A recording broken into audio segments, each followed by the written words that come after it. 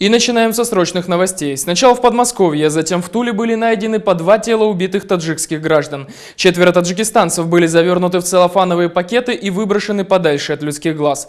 Вместе с ними был обнаружен труп еще одного мужчины азиатской национальности, личность которого до сих пор установить не удалось. По предварительным данным, все 5 работали на одном объекте и погибли от удушения угарным газом. Подробности трагедии из уст первого секретаря посольства Таджикистана в России Мухаммада Эгамзода, который принимал непосредственное участие в опознании тел убитых. Насколько нам сообщили из ОВД района Ступино Московской области, они обнаружили вблизи деревни Горки тела 2 человек без признаков насильственной смерти. Они были завернуты в целлофановые пакеты. В результате выяснилось, что это граждане Таджикистана Юрматов Хуршед Шарифович 1988 года и Халифаев Самандар Салимович 1989 года рождения.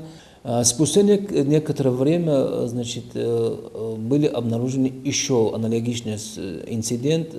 Под Туле обнаружили тела 3 граждан.